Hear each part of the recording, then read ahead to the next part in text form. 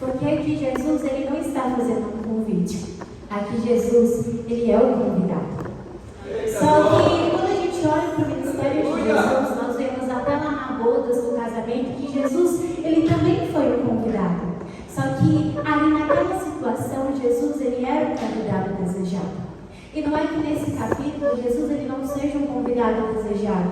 Ele era sim um convidado desejado. Só que ele era um convidado desejado com uma intenção um pouco diferente. Quando o fariseu ele convida Jesus, a intenção do coração daquele fariseu não era de se relacionar, não era de conviver com Jesus para conhecer quem Jesus verdadeiramente é. Ele convida Jesus, porque aqui o ministério de Jesus, eu posso dizer que ele está no ápice. Jesus ele acabou de ressuscitar o filho da viúva de Naim. Então Jesus ele era o assunto do momento. Todos falavam sobre Jesus naquele momento. E aonde Jesus estava, tinha holofotes. Aonde Jesus estava, a multidão estava com a atenção voltada. Porque Jesus era o que mais falavam naquela cidade. E todos queriam estar aonde Jesus estava. E o fariseu, uma pessoa que era muito respeitada naquela época, todos aqui sabem que o fariseu, ele era um homem muito respeitado, porque ele tinha muito conhecimento da palavra, ele tinha muito conhecimento sobre a Torá.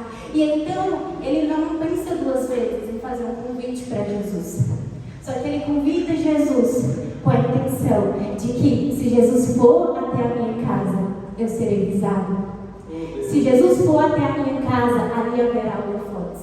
Se for divulgado que Jesus está na minha casa, se eu já sou respeitado, eu vou ser muito mais respeitado. E quando a gente olha para esse capítulo, para esses versículos que nós acabamos de ler, nós vamos ver que quem vai chamar a atenção de Jesus é alguém completamente diferente. Quem estava chamando a atenção daquelas pessoas ali era o fariseu, uma pessoa muito respeitada, muito visada. Só que quem chama a atenção de Jesus é alguém que vem na contramão do mundo. Quem chama a atenção de Jesus é alguém que nem sequer havia sido convidado. Jesus, ele é convidado para estar ali na casa do fariseu. Jesus, ele chega, ele tem provavelmente um lugar reservado. Jesus passa pelo fariseu, talvez cumprimente o fariseu e senta no lugar que está reservado para ele. E a gente não vê nenhuma manifestação de Jesus. A gente não vê Jesus falando nada, a gente não vê Jesus fazendo nada. Jesus, ele permanece inerte ali, ocupando o lugar que estava reservado para ele. E aquele fariseu, ele tinha a oportunidade perfeita. Jesus estava na casa do fariseu. Casa é lugar de intimidade. A gente não leva qualquer pessoa para a nossa casa. Quando alguém entra na nossa casa é porque nós vamos ter um momento de intimidade, conhecer, de conversar, de se relacionar. Só que aquele fariseu, ele tinha o momento ideal, ele tinha a oportunidade ideal, só que ele não tinha a posição que exigia. Aquele fariseu, ele tem Jesus na casa dele e imagine só a oportunidade de ter 5, 10 minutinhos para conversar com o mestre. Como seria maravilhoso o que ele poderia nos ensinar, o que ele poderia fazer na nossa vida, a transformação que ele poderia fazer. Só que aquele fariseu não está preocupado com isso. Como eu falei, ele não chamou Jesus para se relacionar. Porque ele chamou Jesus com a motivação no coração dele de: ele tem algo a me oferecer. Se Jesus for até a minha casa, eu tenho muito a ganhar, então vale a pena fazer um jantar para ele. Vale a pena ter ele na minha casa. Só que então vai aparecer alguém na história que a Bíblia fala que é uma mulher pecadora. E aquela mulher, ela escuta falar que Jesus estava na casa do fariseu. E ela não pensa duas vezes antes de se preparar para ter um encontro com Jesus. Então a Bíblia vai falar que ela vai preparar algo para entregar para Jesus. E eu imagino ela chegando na casa dela e procurando algo. Eu preciso levar algo, eu preciso ter algo a entregar, eu preciso ter algo a oferecer. Porque essa é a minha oportunidade. Ela não se preocupou se ali era um lugar de dor. Porque imagine, uma mulher pecadora naquele tempo era alguém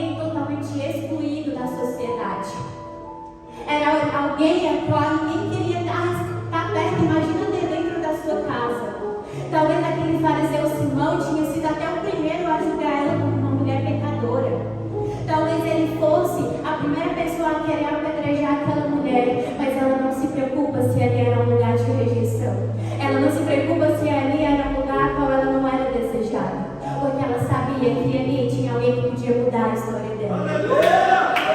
E então ela começa a procurar algo para oferecer. E ela não pega o que tinha sobrando.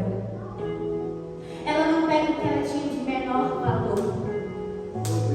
Ela pega o que ela tinha de mais precioso. Talvez ela tivesse até reservado aquilo ali no momento da virada da vida dela. Então ela pega ali aquele vaso de alabastro com ungento e vai. E agora eu imagino ela indo. E aí sabe aquela guerra interior? Sabe aquela crise de existência? Mas eu fui tão rejeitada durante toda a minha vida. E se ele também me rejeitar? Eu nunca fui amada. E se ele não me amar? E se ele não gostar de mim? E se ele não me receber? E se ele saber que eu sou uma pecadora e que ele querer me rejeitar como todos fazem? Então ela vai até o encontro de Jesus. Mas imagino eu que ela está nessa crise. Ela está questionando se ele vai perdoá-la, se ele vai aceitá-la, se ele vai recebê-la e principalmente se ele vai amá-la. Mas como eu falei, talvez essa fosse a única oportunidade que ela teria para viver algo novo. E então, mesmo com todas essas complicações dentro dela, ela vai. E então ela chega ali naquele lugar, que era um lugar de dor para ela, um lugar de rejeição. E quando ela chega, ela não se preocupa em olhar quem está ali. Ela não se preocupa se tem alguém ali que pode excluí-la. Ela não se preocupa se ela pode ser rejeitada, se ela pode ser mandada embora daquele lugar, não. O olhar dela procura por Jesus. E então, quando ela encontra Jesus, ela vai até ele. E a Bíblia vai falar que ela não sai correndo e chega de frente a Jesus, não. Sabe o que ela faz? Ela vai por detrás. Porque ela não quer visibilidade. Ela não precisava de visibilidade nenhuma para chamar a atenção do Mestre. E aqui eu aprendo uma lição de que nós não precisamos nos preocupar com a visibilidade do mundo.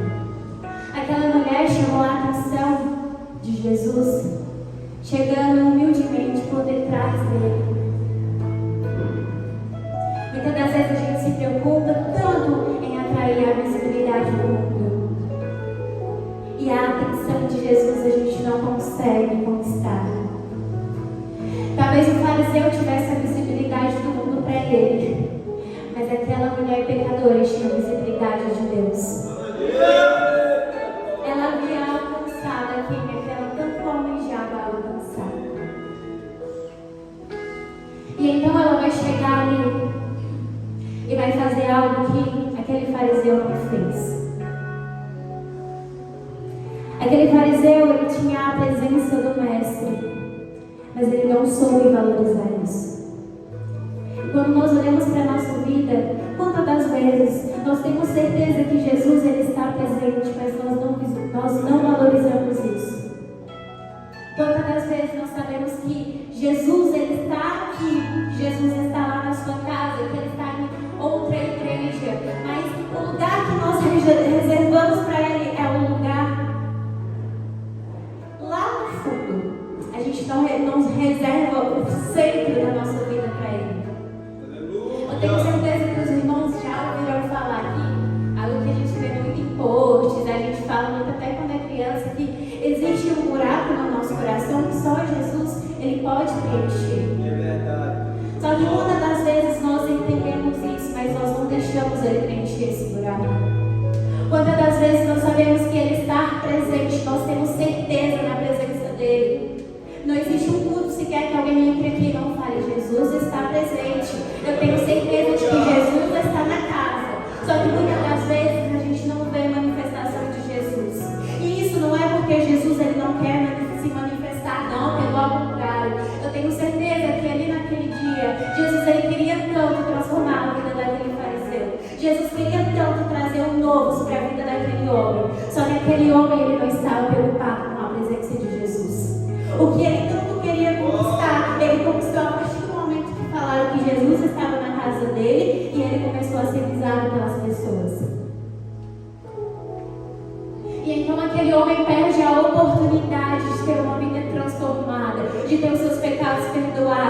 viver o novo de Deus, porque ele não soube valorizar a presença de Deus. Ele não soube valorizar a presença de Jesus ali. E quantas das vezes nós não temos valorizado? Quantas das vezes nós entramos em um culto, saímos do mesmo jeito, nós não entendemos o porquê. Não é porque nós não estamos ao lado de Jesus, não. É porque estar ao lado de Jesus não significa que ele vai estar no centro da sua vida. Estar num lugar qual Jesus está presente não significa que você vai ter a sua vida transformada. Porque às vezes a gente acha que é necessário só vir para a igreja e não é isso. Como o pastor falou, nós precisamos preparar algo para entregar. Nós precisamos saber como chegar até Jesus. Nós precisamos estar preparados para entregar a nossa vida para que Ele transforme. Só que quantas das vezes nós queremos tanto só estar sentado na mesa e nós não sabemos ir até os pés de Jesus? Eu não sei os irmãos, mas os momentos que eu tenho mais íntimo com o Senhor são os momentos que têm a menor visibilidade. É quando está só eu e Ele. É quando nem eu entendo o que eu estou querendo falar, mas Ele está ali e eu estou sentindo que o meu coração está melhorando. Eu estou sentindo que Ele está escutando. Eu estou sentindo que Ele está operando. É quando eu estou dentro de um ônibus e eu coloco o louvor e Ele começa a falar e eu começo a chorar. É quando eu, mesmo sem falar nada, eu chego em um ambiente e as pessoas falam: nossa, vocês estão sentindo essa atmosfera melhorando? Um lugar onde só tinha briga, agora a gente não vê, a gente só vê sorriso. Meu Deus, que lugar mais leve. É com a menor visibilidade que eu tenho certeza de que eu estou no lugar certo. Quantas vezes nós queremos atrair olhares, mas o olhar daquele que realmente pode nos amar, transformar, trazer algo novo sobre nós não nos alcança. Quantas vezes nós vivemos meses, anos, estando no mesmo lugar que Jesus, mas nós não temos intimidade, nós não nos relacionamos com Ele. E então aquela mulher ali aos pés de Jesus, ela começa a regar. Eu acho lindo porque a Bíblia não fala que ela começa a derramar lágrimas, não. A Bíblia fala que ela regou os seus pés com lágrimas. Porque nós precisamos entender que quando nós choramos aos pés do Mestre, nós não estamos derramando, nós não estamos desperdiçando. Pelo contrário, nós estamos regando o terreno. E no tempo certo, aquele terreno irá florescer. As lágrimas a qual você derrama aos pés de Jesus não é desperdício. As lágrimas que você derrama aos pés de Jesus não é em vão. Quantas das vezes nós nem sabemos o que falar, mas a gente só tem aquela necessidade de chorar. E eu falo uma coisa para você: você está investindo, você está regando, e no tempo certo Ele irá fazer florescer. E então aquela mulher regando os pés de Jesus com lágrimas, beijando os pés de Jesus, secando os pés de Jesus com os seus cabelos, ungindo os pés de Jesus com algo que ela teve a preocupação de preparar. E então, ela ali fazendo algo que o fariseu não fez, porque o fariseu não soube honrar a Jesus. Ele não soube fazer nem sequer uma ação para mostrar que ele honrava Jesus. Ele talvez não precisasse ter feito todo o ritual de quando você recepciona alguém que você tanto deseja na sua casa, mas ele não teve nem a preocupação de talvez dar um beijo no rosto de Jesus, ungir a cabeça de Jesus. Não, ele não teve a preocupação sequer de fazer um dos 4 rituais que existiam ali naquela época para você receber alguém, que mostrava que a pessoa era bem-vinda. E então aquela mulher, quando ela começa a fazer isso, quando ela começa a honrar, quando ela começa a colocar Jesus no lugar de destaque da vida dela, o fariseu que está lá do outro lado e nem sequer tinha dado uma atenção para Jesus, ele começa a se incomodar. Porque, irmãos, nós precisamos entender que quando nós entregamos algo para Jesus, aquele a qual não tem nada para entregar, a gente vai começar a questionar. Quando nós temos algo que nós separamos para entregar para Jesus, aquele que não separou nada, vai começar a te perguntar o porquê você está fazendo isso. Por que você está desperdiçando suas lágrimas? Por que você está gastando o que você tinha guardado por tanto tempo aos pés de Jesus?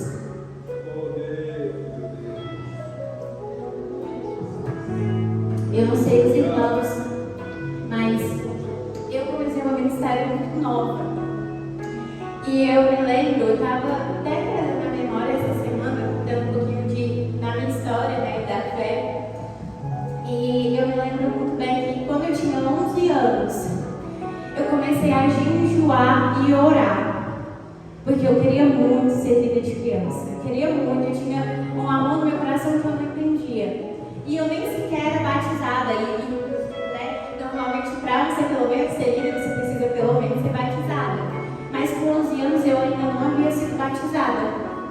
E durante um ano eu jejuei. Durante um ano eu orei. Durante um ano eu pedi para Deus me dar essa oportunidade. E isso eu não compartilhava com ninguém. Era algo entre eu e Deus. E quando eu fiz 12 anos em dezembro, eu me batizei. E em janeiro teve a mudança de cargos. E então, o pastor me colocou para ser líder de criança. E todo mundo começou a se questionar. Como assim? Uma criança cuidando de outra criança. E não foi fácil, mas eu sempre respondia. Foi algo secreto. Eu estava pedindo muito para Deus. E ali eu fui líder durante muito tempo das crianças. Só que eu congregava sozinha, né? Os meus pais não iam comigo. E aí isso me dava uma tristeza. E eu comecei a querer ter alguém para ir comigo. E as minhas tias congregavam em outra igreja. E aí foi quando eu fui para outra igreja. E lá eu continuei cuidando das crianças. E então, quando eu tinha mais ou menos uns 15 anos, o pastor não tinha igreja, não tinha jovem na igreja que eu congregava. E o pastor começou a falar: eu estou orando para que Deus levante jovens. E eu conto com a sua ajuda para fazer esses jovens crescerem. E então, nós pegamos firme ali com os pastores e começamos a orar. E era muito bom porque nós fazíamos, né, consagração, a gente evangelizava nas ruas, a gente fazia tanta coisa para trazer jovens. E então o conjunto dos jovens começou a crescer e eu fiquei ali na liderança durante 2 anos. E foi até durante um dos jovens que eu conheci o Mateus. Então, é bênção, viu, jovens? Trabalho com ele. E durante toda a minha trajetória, e até hoje, irmãos, não houve uma vez sequer que eu não ouvi um questionamento. Por que você está fazendo isso? Você é apenas uma criança. Depois, por que você está fazendo isso? Você é apenas uma adolescente. Agora, por que você faz isso? Você é apenas uma jovem. Você está perdendo a sua juventude. Você está perdendo a sua adolescência. Você está perdendo a sua infância. A gente não faz as coisas para o homem, a gente faz as coisas para Deus. E eu ouvi a gente durante tanto tempo isso. Só que eu não deixava isso me parar. Porque quem não entrega não entende por que nós estamos entregando. Mas nós que entregamos sabemos. Eu não fui ninguém da minha família, os meus pais não impôs a religião para mim. Não falaram: olha, eu quero que você siga essa caminhada, eu quero que você vá para a igreja todos os cultos. Não, foi uma escolha minha. E as pessoas não entendem porque durante tanto tempo eu decidi ser coluna dentro da minha casa. As pessoas não entendem porque todas 3 horas da manhã tinha um despertador que acordava a casa inteira com o louvor. E a minha mãe, ela fala: olha, Bia, eu não consigo mais ouvir aquele louvor do João Leão, porque eu só lembro do despertador 3 horas da manhã. Mas eu que entreguei, eu entendo o valor daquilo que eu entreguei. Eu entendo o valor daquilo que eu entrego. E quando alguém me pergunta o porquê que eu estou nessa caminhada, eu falo que é porque eu conheci Jesus. E quando eu conheci a minha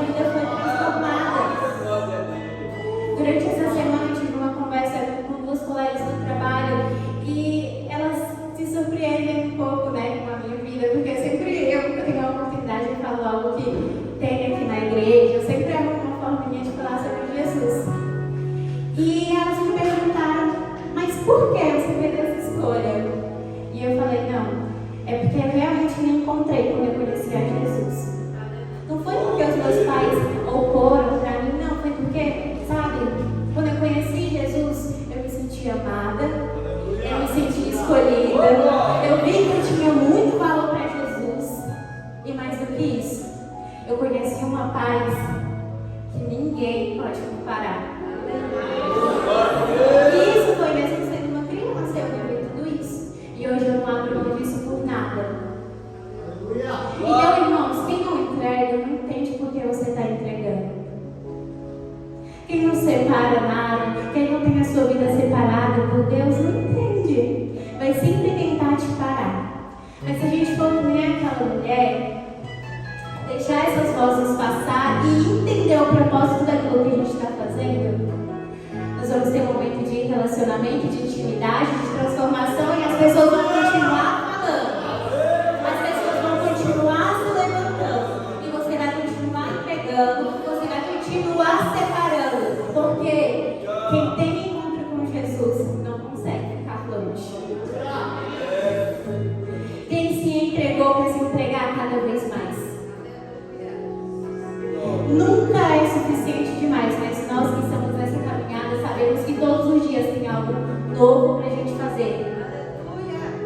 Para que naquele grande dia nós sejamos totalmente, por completo, entregues a Ele. Nós viemos entender que nós não podemos deixar a multidão, o fariseu, nada nos parar. Talvez eles questionem porque eles estejam querendo viver isso que nós estamos vivendo. Talvez eles tentam tanto nos parar porque eles não conseguem prosseguir. Porque não é fácil. E as pessoas que estão lá fora, elas querem ter essa paz, elas querem se sentir amadas, elas querem se sentir valorizadas, mas muitas das vezes eles não querem abrir mão das mesas que prende eles lá fora. E estar aos pés de Jesus é fazer uma escolha, é deixar a mesa de lado e escolher os pés. Só que quando você escolhe os pés ao invés da mesa, você está escolhendo entregar, você está escolhendo servir, ao invés de ser servido, ao invés de receber. E isso não é fácil, irmãos. O fariseu não estava preparado para entregar, mas ele queria muito receber. O fariseu ele não estava pronto para servir, mas como ele estava pronto para ser servido. E nós precisamos entender que valorizar a presença de Jesus é isso, é fazer uma escolha. Quando nós estamos aos pés de Jesus, nós temos as nossas feridas curadas. Quando nós estamos aos pés de Jesus, nós temos a nossa vida transformada. E então aquele fariseu vai começar a questionar. Ele não é profeta. Porque se ele fosse profeta, ele não deixaria essa mulher pecadora tocar nele. E então, sabe, o nosso lindo Jesus, sempre ensinando a gente de uma forma tão linda, tão leve, ele vai falar assim para o fariseu: olha só, eu vou te contar uma historinha. Haviam 2 devedores, um devia 500 e o outro devia 50. Nenhum dos 2 conseguiam pagar as suas dívidas. E então aquele homem perdoou os 2. Quem é que irá amar mais aquele homem? E então Simão vai dizer: claro, aquele a qual mais perdoou. E Jesus vai falar: entendeste bem. Quem pouco se perdoa, pouco se ama. Mas quem muito se perdoa, muito se ama. Nós precisamos entender que nós somos perdoados. E por isso nós amamos tanto Jesus. Mas aquele homem não entendeu. Porque ela estava fazendo aquele gesto de amor. Mas no mundo espiritual ela estava sendo perdoada. No mundo espiritual ela estava sendo transformada. E então, Jesus, ele vai trazer a linda mensagem, já estou finalizando, ele vai trazer a linda mensagem que eu quero deixar para os irmãos. Desde que eu entrei aqui, Simão, quando eu entrei aqui, Simão, irmão, você não beijou os meus rostos, você não beijou a minha cabeça, você não lavou os meus pés.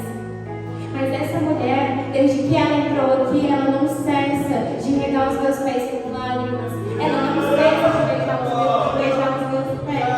Ela não cessa de secar os meus pés com os seus cabelos. Ela não cessa de ungir os meus pés com o jeito que ela trouxe. E o que nós aprendemos com essa palavra é que nós precisamos saber honrar a presença de Jesus. Nós precisamos saber valorizar a presença de Jesus.